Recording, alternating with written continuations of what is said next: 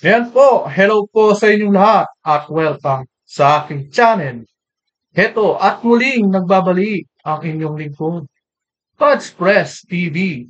Kaya eto po, yung nakikita nyo po sa screen dyan sa monitor ay yung pong tatlo na sumambulat ang kanilang damdamin at nananawagan na may impeach o mag-resign si Comelec George Garcia.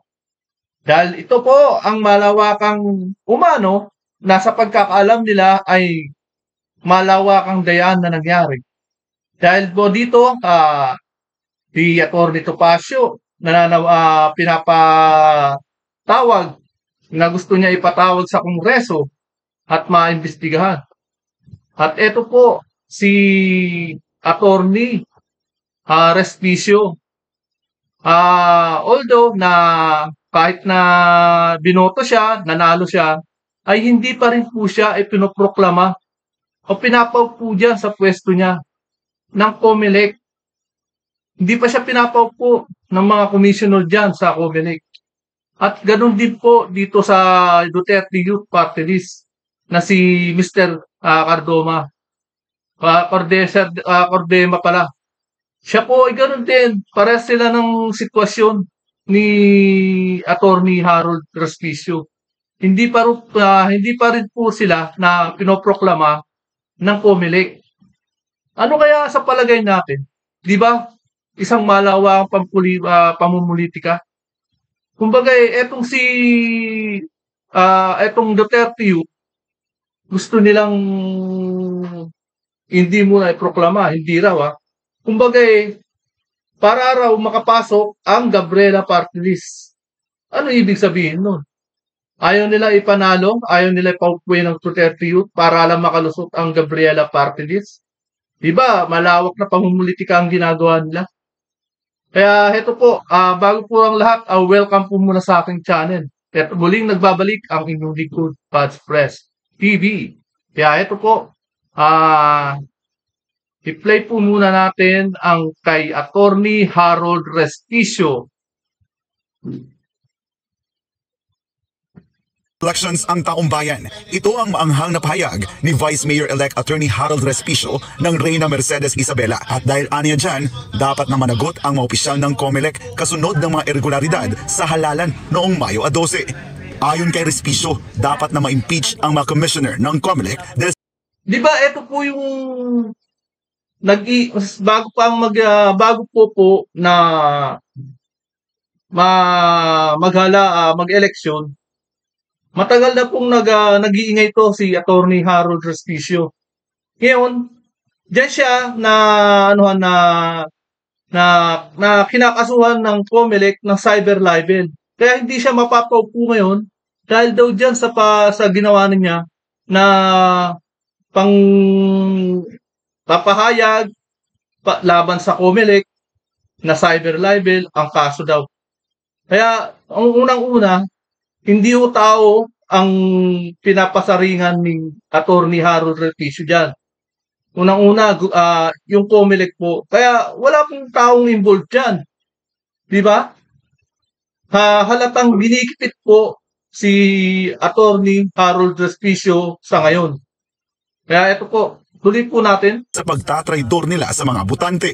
Aniya, ang unang pagtataksil ng ahensya ay ang source code na inilagay sa automated counting machines na hindi tugma sa kanilang source code review report. Ang pangalawa naman ay ang hindi direktang pag-transmit ng datos mula sa ACM patungo sa COMELEC at transparency servers dahil dumaan pa ito sa isang data center kung saan maaaring manipulahin ang datos. At sino ang dapat nating panagutin? Ang mga commissioner ng COMELEC! At paano natin sila pananagutin? Through impeachment. Anong sabi ng konstitusyon? Kapag binetray mo ang public trust, pwede kang ma-impeach. Meron pa bang transparency? Wala na. Yung tiwala ng taong bayan through that batas na dapat simultaneously mo in real time na i-upload sa COMELEC servers at sa transparency servers yung result ng bawat makina, trinaydor po ninyo. Kitang-kita po yan sa tagal ng pagsisend ng mga transmission on election day. Gaano po katagal yung transmission between independent and individual automated counting machines papunta sa mga transparency servers? Ilang oras, umabot pa ng madaling araw. Gaano katagal nagtatransmit mula sa automated counting machines? O, di ba? Napaghahalataan po. Tumatagal bago mag-transmit. Kumbaga, nagkakaroon pa ng manipulation. Kumbaga. Papunta sa mga COMELEC servers, napakatagal din. May minuto, may oras. Tagal daw. Grabe. Depende sa lugar. Kapanipaniwala ba yung pangyayaring yun? Bago pa man ang May 12 elections, ay naging vocal na si Respicio sa posibilidad na madaya ang resulta ng eleksyon. Una pa lang nagpapasaring na si Attorney Harold Respicio tungkol dyan sa COMELEC. Hindi nila pinapakinggan.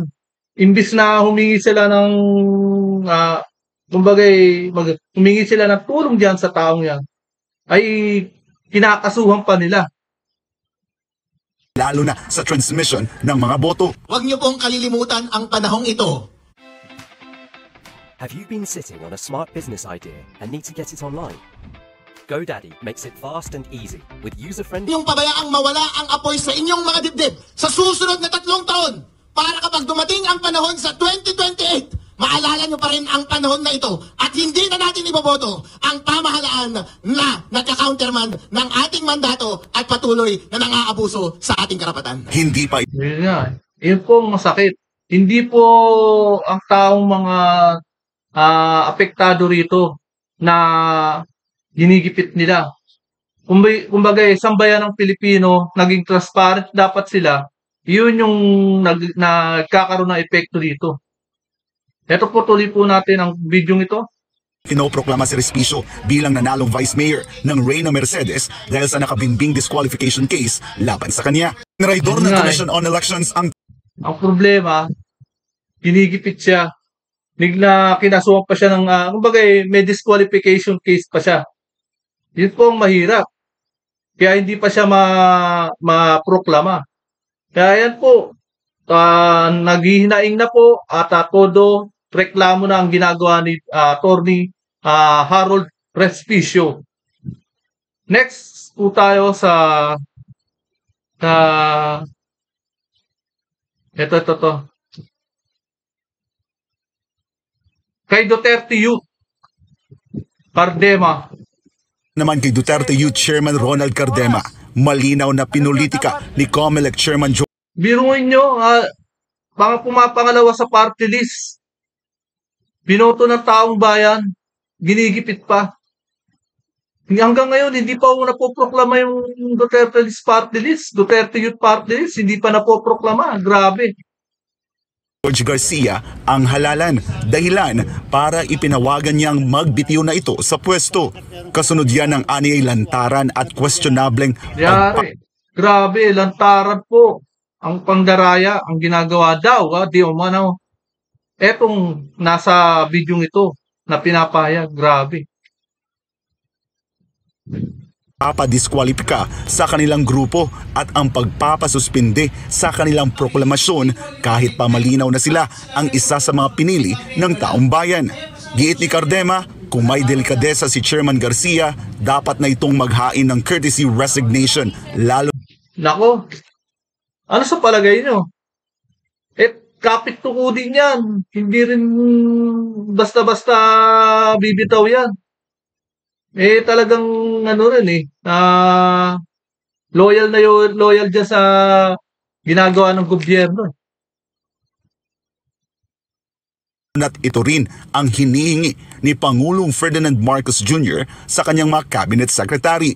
Kami ang party list na ibinoto ng mga pulis, sundalo, tropa ng gobyerno, OFWs at milyong-milyong mga Pilipino. Pinaglalaroan nyo ngayon at nagagalit lalo ang maraming Pilipino sa administrasyong ito. Kaya napuno ang Bongbong Marcos, Presidente, pinagre-resign kayo lahat at sa lahat ng... Pero yung etong administrasyon na to, humahanap lang talaga ng butas para ang masisi lahat ng kabinete niya.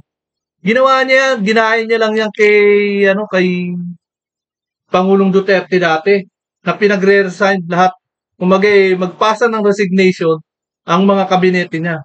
Eh siya, 3 taon na, saka siya nagdeklara ng courtesy resignation. Ang laki po ng pinagkaiba. Samantalang kay Duterte, isang buwan pa lang ginawa niya na yon para malinis ng husto buong 6 na taon ang kanyang administrasyon. Eto, nabubulok na yung administrasyon na to, sa kanya nililinis, sa kanya tinatanggal ang bulok sa administrasyon niya. Ang problema, bulok na, baka lalo pa mabulok dahil meron pa siyang 3 taon, imbis na mabulok, lalo pa mabubulok. At isa pa, bagsak na siya sa rating niya. Di ba? O ano nang gagawin niya? Mahanap siya tuloy ng butas. Sino ang hinahanapan niya ng butas? Yung mga kabinete niya. Para siya malinis. Grabe, no? Puro mga pambubudol na naman ang ginagawa ng administrasyon na to para malinis ang sarili niya. Nilalaglag niya na yung mga kabinete niya. Grabe. Nagre-resign. Ikaw lang. Ang daming sinasabi na hindi ka kasali sa magre-resign. Wala kang tiwala sa sarili mong presidente at nag-appoint sa'yo, kinakabahan ka. Dalawa yan eh. Dalawa silang bulok dyan. Isang COMELEC tsaka isang undersecretary ng PCO, si Claire Castro. Dalawa yan. Pinapahamak nila ang amo nila na si Pangulong Bongbong Marcos Jr. Grabe, no? Baka i-accept yung resignation mo dahil ikaw naman talaga ang huling head of agency na namuliti ka bago nagalit ang Pangulo. Hindi na nahihiya ang gobyerno ngayon. At hindi na rin nahihiya ang mga alipores niya. Ang lakas-lakas na loob. Hindi na nahihiya sa taong bayan ang pinaggagawa ng COMELEC. Di ba? Halatang-halata na sila sa ginagawa nila. Halatang-halata na sila sa mga 16 million na overvote. Halata sila dyan. Bongbong Marcos. Ayon pa kay Cardema, may impormasyon umano mula sa intelligence officers na sinadyang ipitin at diskwalipikahin ang Duterte youth upang Kaya nga, siguro, kaya siya ginigipit ang Duterte youth na yan. Kaya siguro, iniipit o kaya hindi pa pinoproklama o ginigipit ang Duterte youth dahil ang Duterte youth ang nagpasa ng impeachment article sa Pangulong Marcos. Sila'y nagpasa. Kaya yan, ginigipit sila ngayon ng COMELEC, baka utos din ng Pangulong Marcos. Sino ba ang may utos niyan para igipitin sila? Di ba? Isa lang. Kasi nagpasa sila ng impeachment eh. Pinai-impeach nila yung Pangulo ngayon eh. Na si Bongbong Marcos. bigyang daan ang Gabriela Portelis na makapasok sa Ang problema nito, kaya pala isa rin tong walang kwentang party list na to. Grabe. Maingay ito sa Kongreso pero pagdating sa mga katiwalian ng administrasyon, tahimik to. Bata ni tambalos-los tong mga to. Kongreso. Malinaw naman ayon sa Duterte Youth na sila ang pumangalawa sa may pinakamaraming boto noong Mayo 12 na umabot sa higit 2 milyon katumbas ng 3 congressional seats. Ngunit sa kabila nito ay hindi pa rin ipinoproklama ang Duterte Youth Party List dahilan para mas lumalim ang pagdududa ng publiko sa motibo ng COMELEC at sa sinseridad nitong pairalin ang tunay na resulta ng halalan. Kaya sana naman, yung ibinoto ng taong bayan, paupuin nyo. Yung pinagre-resign ng Pangulo, mag-resign naman kayo. Oo, dapat mag-resign na. Kaya palang dahilan eh. Gusto nilang paupuin ng Gabriela Party List. Ayaw nilang paupuin ng Duterte Youth Party List. May dahilan naman kasi. Pero, nakakadismaya. dapat hindi nila papasukin ang Gabriela Party List at papasukin nila ang Duterte Youth Party List. Halatang-halata naman talaga na namumulitika eh. Ang hirap sa kanila. Ganyan sila. Kaya dapat makaupo yung Duterte Youth Party List na yan. Lahat ng atensyon nasa inyo na. Ayaw nyo bang pansinin? Kayo na lang ang namumulitika dito, tapos na yung eleksyon. Kayo pa rin ang namumulitika sa resulta ng eleksyon. Iminungka Ganyan talaga eh. Wala tayong laban sa mga kapalang mukha talaga na wala nang kahihiyan sa sarili nila. Ayan, ito po. At susunod po natin si Attorney Topacio na magsasalita. national hearing kaugnay sa umano'y mga irregularidad noong May 12 elections. Git niya, mahalagang mailantad ang buong katotohanan at mapanagot ang sinumang responsable sa anumang uri ng katiwalian o kapabayaan. Ang aking suggestion, yun nga, yung katulad na sinabi ko, Committee on Suffrage, mag-hold tayo ng legislative hearings, mag-invite ng resource persons. Invite nyo si Chairman Garcia, hindi naman siya pwedeng tumanggi kahit Independent Constitutional Commission. He is still subject to legislative inquiry. Sampina nyo, pasagutin nyo, paglabasan nyo ng mga dokumento. Kaya lang, ang problema, nakaupo pa si Tambi diyan sa Speaker of House, di ba?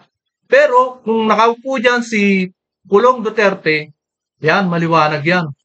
Pwedeng ipatawag yan.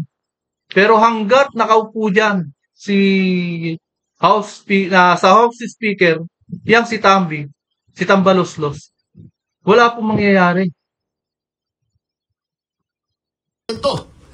Sama niyo yung mga katulad ni Attorney Harold. On that basis, aside from the fact na makakakuha tayo ng mga informasyon at saka mga statements na ibabago yung Omnibus Election Code, siguro isama na natin doon na very strict yung grounds for suspension of proclamation. Lagyan natin ng process, hindi yung very vague na when even the standard of evidence of guilt is strong. Is very vague. Ayan po. Ayan po.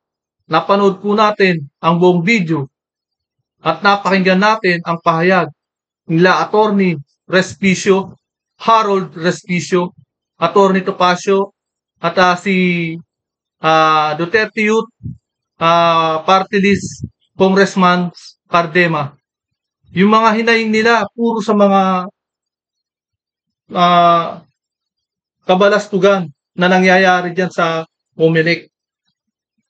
Ang laki po ng nawawalang 16 million pala na nawawala sa overvote ng makina. Kaya eto, hanggang dito na lamang po. At kung hindi ka pa nakakapag-subscribe, please subscribe my channel para lagi kang updated sa bawat upload ko. Maraming salamat po.